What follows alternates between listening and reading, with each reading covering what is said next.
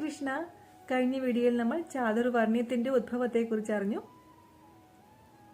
നമ്മുടെ ജന്മം കൊണ്ടല്ല, കർമ്മം കൊണ്ടാണ് ഒരാൾ ബ്രാഹ്മണനോ ക്ഷത്രിയരോ വൈശ്യരോ ശൂദ്രരോ ആയി മാറുന്നത് ഭഗവാൻ പറഞ്ഞിട്ടുണ്ട്. മറ്റുള്ളവർക്ക് ശിക്ഷ പകർന്നു നൽകുന്ന ഏത് ജോലിയിൽ ഏർപ്പെട്ടവരും ബ്രാഹ്മണർക്ക് തുല്യരാണ്.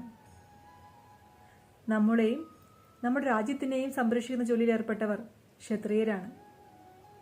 കച്ചവടവും വ്യവസായവും മറ്റും ചെയ്ത് ജീവിക്കുന്നവർ വൈശ്യരാണ്. മറ്റുള്ളവരെ ശുശ്രൂഷിക്കുകയും സേവിക്കുകയും ചെയ്യുന്ന ഏത് ജോലിയിൽ ഏർപ്പെട്ടവരും ശൂദ്രരുമാണ്.